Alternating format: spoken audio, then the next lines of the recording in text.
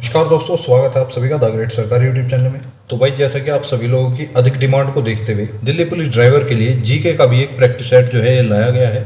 और आज से हम देखने की कोशिश करेंगे इसमें कि जीके के प्रैक्टिस सेट में आपको किस तरह के क्वेश्चन देखने को मिलते हैं। तो इस सेट में आपको कंप्यूटर से भी प्रश्न मिलेंगे, बायो से भी प्रश्न मिलेंगे, फिजिक्स से भी प्रश्न मिलेंगे, हिस्ट्री, भूगोल, ज्योग्राफी, सभी जगह से आपको इस सेट के अंदर मिक्स क्वेश्चन देखने के लिए मिलेंगे। ध्यान रखना, तो बहुत ही अच्छा सेट होने वाला है अगर आप लोग साथ दोगे तो। ठीक है, बिल्कुल दिल्ली पुलिस के लेवल के क्वेश्चन होंगे और उम्मीद करूंगा आप लोग इसे भी ड्राइविंग पोर्शन की तरह ही उतना ही प्यार देंगे। और एक से एक क्वेश्चन आपको इसमें देखने के लिए मिलेगा। ये नहीं कि सबसे ज़्यादा हार्ड क्वेश्चन होंगे, या ये भी नहीं है कि बहुत ही ज़्यादा हल्के क्वेश्चन इसमें होंगे। एवरेज क्वेश्चन होंगे जो आपके लेवल के अनुसार आ सकते हैं।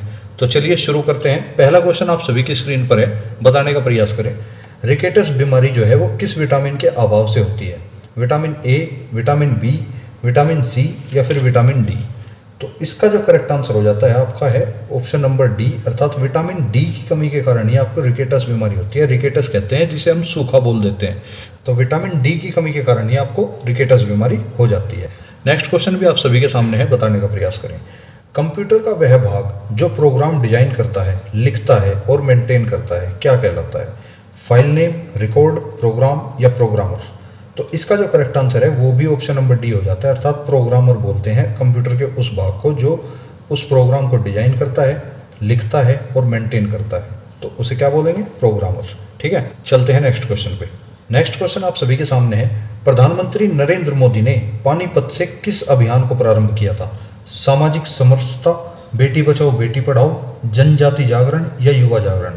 तो इसका आप सभी को पता होना चाहिए कि पानीपत का जहां युद्ध हुआ था, अर्थात जिस जगह पे पानीपत की लड़ाई हुई थी, उसी पानीपत से प्रधानमंत्री नरेंद्र मोदी ने बेटी बचाओ बेटी पढ़ाओ अभियान की शुरुआत की थी। इसी के साथ चलते हैं नेक्स्ट क्वेश्चन पे। नेक्स्ट क्वेश्चन आप सभी की स्क्रीन पर है, आंसर देने का प्रयास करें।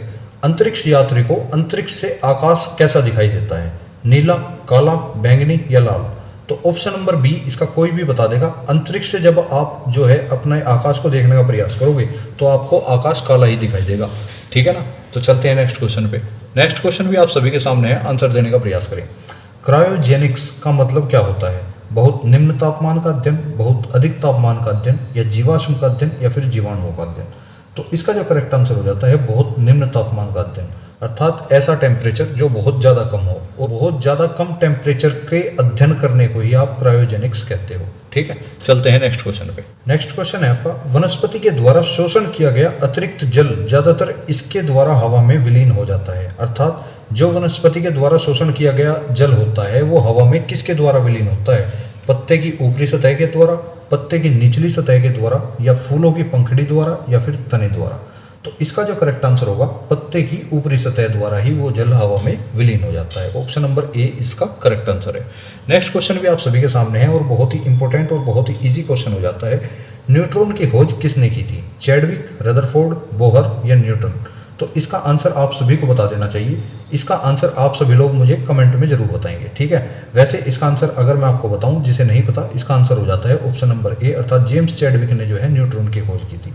रदरफोर्ड ने किस चीज़ की खोज की थी ये आप लोग मुझे कमेंट में जरूर बताएंगे। ठीक है, नेक्स्ट क्वेश्चन आप सभी की स्क्रीन पर है। सौर परिवार में निम्न में से कौन सा ग्रह सूर्य से अधिकतम दूरी पर है?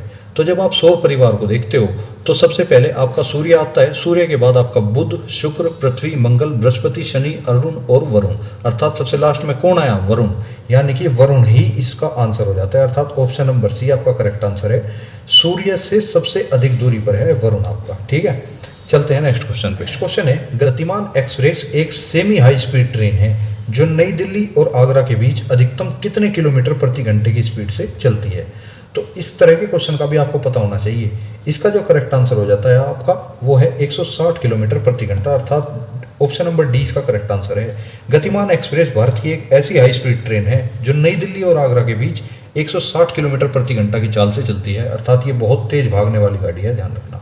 नेक्स्ट क्वेश्चन है आपका, ये क्वेश्चन आपका नदियों से हो जाता है। इनमें से कौन सी नदी भारत में पश्चिम दिशा में बहती नदी नहीं है?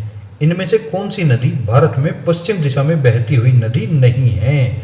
ये आपसे ये पूछ रहा है कि कौन सी नदी इनमें से पश्चिम दिशा में नहीं बहती। तो ऑप्शन को ध्यान से और क्वेश्चन को ध्यान से पढ़कर जब आंसर देना। नर्मदा नदी आपकी पश्चिम दिशा में बहती है, बिल्कुल। साबरमती भी आपकी गुजरात से निकलकर पश्चिम दिशा में गिरती है। लूनी भी आपकी पश्चिम दिशा में बहती है। तो बची कौन? कृष्णा नदी आपकी पूर्व दिशा में अर्थात बंगाल की खाड़ी में गिरती है, अर्थात BOB अर्थात बंगाल की खाड़ी में कृष्णा नदी आपकी गिरती है। और कहाँ से निकलती है कमेंट में जरूर बताना। ये चीज़ मैं बता रहा हूँ महाराष्ट्र से निकलती है, और किस जगह से निकलती है महाराष्ट्र के अंदर वो आप कमेंट में बताएंगे, ठीक। नेक्स्ट क्वेश्चन पे चलते हैं। नेक्स्ट क्वेश्चन है, कौन सी झील भारत की सबसे बड़ी खारे पानी की झील है? यह भारत की सबसे बड़ी झील भी है। तो कौन सी झील है वो जो भारत की सबसे बड़ी खारे पानी की झील है? डल झील, चिल्का झील, वुलर झील या डिडीवाना झील? तो इसका आंसर तो आपको बता देना चाहिए सेकंडों के अंदर ही। जो चिल्का झील है आपकी, चिल्का झील कहाँ पर है? चिल्का झील उड़ीसा के अंदर।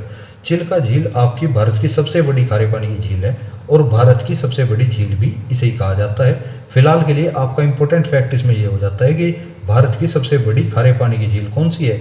चिल्का झील। सांबर झील मत लगा के आना, ध्यान रखना गलत हो जाएगा। सांबर झील के लिए प्रश्न कुछ और बनता है। भारत की जो सबसे बड़ी खारे पानी की झील है वो चिल्का झील ही है, ये चीज़ ध्यान रखना, क्योंकि इसमें बहुत से बच्चे सांबर झील को टिक करके आते हैं। सांबर झील जो है भारत की सबसे अधिक लवणता वाली झील होगी। सबसे बड़ी खारे पानी की झील आपकी चिल्का झील है। नेक्स्ट क्वेश्चन भी आप सभी के सामने है। इनमें से कौन सी मिट्टी भारत में सर्वाधिक मात्रा में पाई जाती है?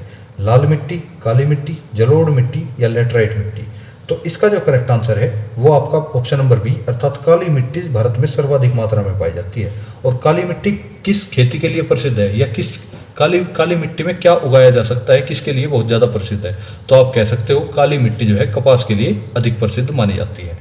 नेक्स्ट क्वेश्चन पे चलते हैं। अब यहाँ से आपके संविधान के कुछ प्रश्न स्टार्ट हो जाएंगे, तो संविधान से भी आपको प्रश्न देखने के लिए मिलेंगे, तो इसलिए तैयार रहें। भारत के संविधान की कौन सी अनुसूची में असम, मेघालय, त्रिपुरा और मिजोरम अर्थात AMTM राज्यों में जनजातीय क्षेत्रों के प्रशासन से संबंध में प्रावधान दिया गया है? 5वीं अनुसूची, 6ठी अनुसूची, 10वीं अनुसूची या फिर 4थी अनुसूची? तो इसका जो करेक्ट आंसर है वो हो जाता है आपका 6ठी अनुसूची। अर्थात इस 6ठी अनुसूची में आपको क्या बताया गया है? असम, मेघालय, त्रिपुरा, मिजोरम इन राज्यों में जो जनजातियां रहती हैं उनके क्षेत्रों के प्रशासन के संबंध में प्रावधान दिया गया है कि उन जनजातीय क्षेत्रों में प्रशासन कौन करेगा, राज्य करेगा या फिर केंद्र करेगा। तो इससे रिलेटेड जो भी आपका क्वेरी है वो सब 6ठी अनुसूची में आपको दी गई है। नेक्स्ट क्वेश्चन आपका आ जाता है 73वें संविधान संशोधन 1992 के द्वारा भारतीय संविधान में किस शीर्षक से एक परिच्छेद का अर्थ होता है भाग 9 जोड़ा गया, जो अनुच्छेद 243 से 243 ओ के प्रावधान को कवर करता है? यानी ये पूछना चाह रहा है कि भाग 9 में आपका कौन सा विषय है, तो वो चीज़ आपको इनमें से देख के बतानी है। तो आप सभी को पता है भाग 9 में आपके पंचायतें दी हुई हैं, और ये भी पता है कि पंचायत जो है किस संविधान संशोधन से जुड़ी है। 73वें संविधान संशोधन 1992 के द्वारा पंचायत को जो है भारतीय संविधान में दर्जा दिया गया, ठीक है ना। और इसका जो वर्णन है भारतीय संविधान में अनुच्छेद 243 से लेकर 243 ओ तक दिया गया है। तो उम्मीद करूंगा आप सभी लोगों को पसंद आ रहे होंगे।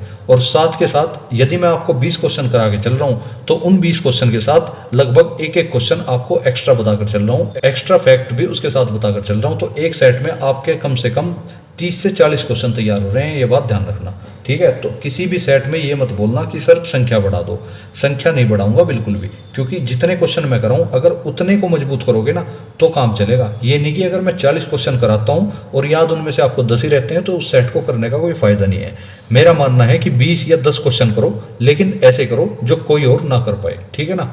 चलो नेक्स्ट क्वेश्चन पे चलते हैं। नेक्स्ट क्वेश्चन है आप सभी के सामने, भारत के संविधान का कौन सा अनुच्छेद राष्ट्रीय महत्व के स्मारकों और स्थानों और वस्तुओं की सुरक्षा से संबंधित है? अर्थात ऐसा कौन सा अनुच्छेद है जो भारत के स्मारकों, स्थानों और भारत की वस्तुओं की सुरक्षा से संबंधित आपको वर्णन देता है? तो आप कहोगे सर इसका तो ऑप्शन नंबर डी बिल्कुल सही लग रहा है, अर्थात अनुच्छेद 50। तो ऑप्शन नंबर डी जिसने भी लगाया है उसका बिल्कुल गलत आंसर हो जाता है, ये बात ध्यान रखना, ठीक है। इसका जो करेक्ट आंसर है वो है ऑप्शन नंबर सी अर्थात अनुच्छेद 49। अनुच्छेद 49 के अंदर आपको राष्ट्रीय महत्व के स्मारकों, स्थानों और वस्तुओं की सुरक्षा से संबंधित प्रावधान दिए गए हैं। चलते हैं नेक्स्ट क्वेश्चन पे। नेक्स्ट क्वेश्चन है आपका, भारत का संविधान सभा द्वारा कब अपनाया गया था और 26 जनवरी 1950 को लागू हुआ था? तो यह आपसे कब अंगीकृत या कब अपनाया गया था ऐसी जो है डेट पूछ सकता है। तो आपको क्या करना है, इसका आंसर सीधे सीधे देना है। जो भारत का संविधान जो है संविधान सभा द्वारा 26 नवंबर 1949 को अपनाया गया था, अर्थात ऑप्शन नंबर सी आपका बिल्कुल करेक्ट आंसर हो जाता है। और 26 जनवरी 1950 से भारत का संविधान पूर्णतः लागू हो गया था, ठीक। चलते हैं नेक्स्ट क्वेश्चन पे। नेक्स्ट क्वेश्चन आपको बताने का प्रयास करना है निम्नलिखित में से कौन से मच्छर से उत्पन्न रोग नहीं है। अर्थात ये 4 रोग आपको बताए हैं, इनमें से ऐसा कौन सा रोग है जो मच्छर द्वारा नहीं होता। डेंगू, जीका, चिकनगुनिया या दाद या रिंगवर्म बोल देते हैं जिसे। तो आप सभी को पता है डेंगू तो मच्छर द्वारा होता है या नहीं होता है। जीका भी मच्छर द्वारा होता है और चिकनगुनिया भी आपका मच्छर द्वारा होता है। लेकिन अगर मैं बात करूं दाद की, तो ये आपका जो है ना ही तो विषाणु द्वारा होता, ना ही जीवाणु द्वारा होता, ये आपका प्रोटोजोआ द्वारा होता है। तो ऑप्शन नंबर डी इसका बिल्कुल करेक्ट आंसर हो जाएगा। नेक्स्ट क्वेश्चन भी आप सभी के सामने है, आंसर देने का प्रयास करें। इंपॉर्टेंट क्वेश्चन हो जाता है, जीएसटी बिल को पारित करने वाला सर्वप्रथम राज्य कौन सा है। तो ये तो आप आराम से बता दोगे, इसमें तो आपको कोई ज़्यादा दिक्कत होनी नहीं चाहिए। जीएसटी बिल को सबसे पहले जिस राज्य ने लागू किया था वो है आपका असम, अर्थात ऑप्शन नंबर बी। ठीक है, चलते हैं नेक्स्ट क्वेश्चन पे। नेक्स्ट क्वेश्चन भी आप सभी के सामने दिखाई दे रहा होगा, विश्व ओजोन दिवस कब मनाया जाता है। तो ऑप्शन नंबर ए 16 सितंबर, 10 सितंबर, 20 सितंबर या इनमें से कोई नहीं। तो ऑप्शन नंबर ए बिल्कुल करेक्ट आंसर हो जाता है, अर्थात 16 सितंबर को आपका विश्व ओजोन दिवस मनाया जाता है। लेकिन आपको मुझे कमेंट में ये बताना है कि विश्व ओजोन दिवस की 2022 के अंदर थीम क्या रही। जो अभी आपका 16 सितंबर गया है ना, इसको आपका विश्व ओजोन दिवस मनाया गया है।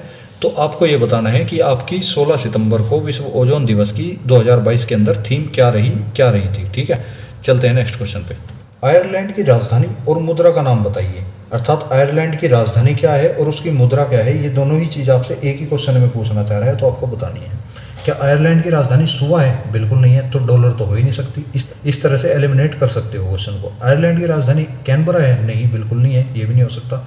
आयरलैंड की राजधानी आपकी डबलिन होती है और इसकी मुद्रा का जो नाम है वो है यूरो। तो ऑप्शन नंबर सी इसका बिल्कुल करेक्ट आंसर हो जाता है। इस तरह से आप उस ऑप्शन को एलिमिनेट करके भी अपना आंसर निकाल सकते हो। नेक्स्ट क्वेश्चन भी आप सभी के सामने है, भारत की संचित निधि से निधि निकालने के लिए निम्नलिखित में से किसका अनुमोदन अनिवार्य है। यानी कि भारत की जो संचित निधि होती है, जो कंसोलिडेटेड फंड होता है भारत का, उससे यदि आपको कोई धन निकालना है तो इन चारों में से किसकी अनुमति आपको लेनी पड़ेगी, ये पूछना आपसे चाह रहा है। क्या भारत के राष्ट्रपति की, या भारत की संसद की, या भारत के प्रधानमंत्री की, या फिर संघीय वित्त मंत्री की अर्थात केंद्रीय मंत्री की। तो इसका जो करेक्ट आंसर है वो है ऑप्शन नंबर बी, अर्थात भारत की संसद की अनुमति के बिना आप भारत की कंसोलिडेटेड फंड से कोई भी फंड नहीं निकाल सकते, ये बात ध्यान रखना। ठीक है, चलते हैं नेक्स्ट क्वेश्चन पे। ये क्वेश्चन अब आपके राज्य विधानसभा से पूछे जा रहे हैं। राज्य विधानसभा में कोई भी धन विधेयक पुनः स्थापित नहीं किया जा सकता बगैर, अर्थात किसकी मंजूरी के बगैर वो जो है धन विधेयक दोबारा विधानसभा में स्थापित नहीं किया जा सकता, ये पूछना चाह रहा है। तो ऑप्शन नंबर ए दिया है, संसद की संस्तुति के बगैर नहीं स्थापित किया जा सकता, राज्य के राज्यपाल की संस्तुति के बिना, या भारत के राष्ट्रपति की संस्तुति के बिना, या मंत्रियों की विशेष समिति की संस्तुति के बिना। तो आपका जो करेक्ट आंसर है इसमें ऑप्शन नंबर बी, अर्थात राज्य के राज्यपाल की जब तक अनुमति नहीं होगी तो धन विधेयक को पुनः विधानसभा में स्थापित नहीं किया जाएगा, ध्यान रखना। ठीक है, चलते हैं नेक्स्ट क्वेश्चन पे। नेक्स्ट क्वेश्चन आप सभी को अपने सामने दिख रहा है, स्टेट बैंक ऑफ इंडिया अर्थात एसबीआई का राष्ट्रीयकरण कब किया गया था। ऑप्शन में आपको दिखा देता हूँ। नंबर ए है आपका 1 जनवरी 1949, 26 जनवरी 1950, 1 जुलाई 1955, 1 अप्रैल 1956। तो जो इसका करेक्ट आंसर है आप लोग कमेंट में जरूर बताना। इसका जो करेक्ट आंसर हो जाता है 1 जुलाई 1955, अर्थात 1 जुलाई 1955 को ही आपको एसबीआई का राष्ट्रीयकरण किया गया था। नेक्स्ट क्वेश्चन भी आप सभी के सामने है, एक उच्च न्यायालय का न्यायाधीश अपना त्यागपत्र संबोधित करता है, अर्थात अपना त्यागपत्र वो किसे देगा, राष्ट्रपति को, भारत के मुख्य न्यायाधीश को, या उस राज्य के उच्च न्यायालय के मुख्य न्यायाधीश को, या राज्य के राज्यपाल को।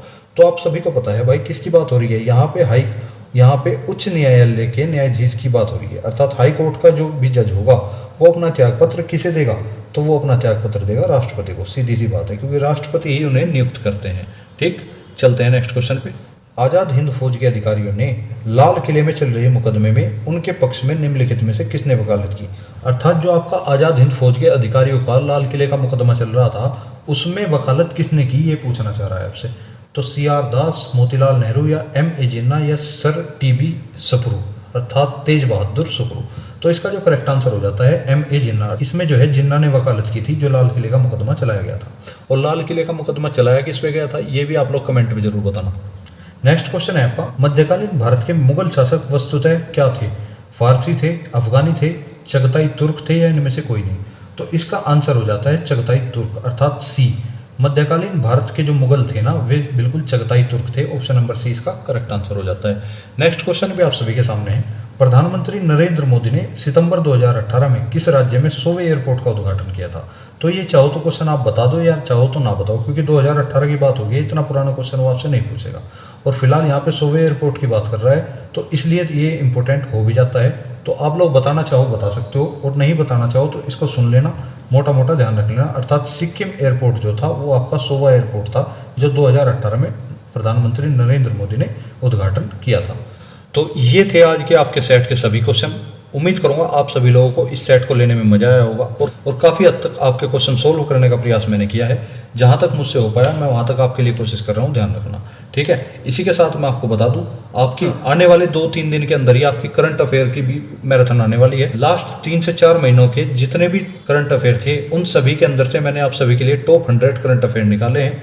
उन टॉप 100 करंट अफेयर्स में से मैं गारंटी इतनी देता हूं कि उनसे बाहर करंट का क्वेश्चन तो आपका जाएगा नहीं, ठीक है। उसी करंट की पीडीएफ को आपको बार बार दोहरानी है, ठीक है, और कुछ नहीं करना, ठीक। उसमें सभी तरह के जितने भी इंपॉर्टेंट क्वेश्चन हो सकते थे, अवार्ड से, पुस्तकों से, हर चीज से लेकर मृत्यु से लेकर सब चीज उस पीडीएफ में आपको देखने के लिए मिल जाएगी।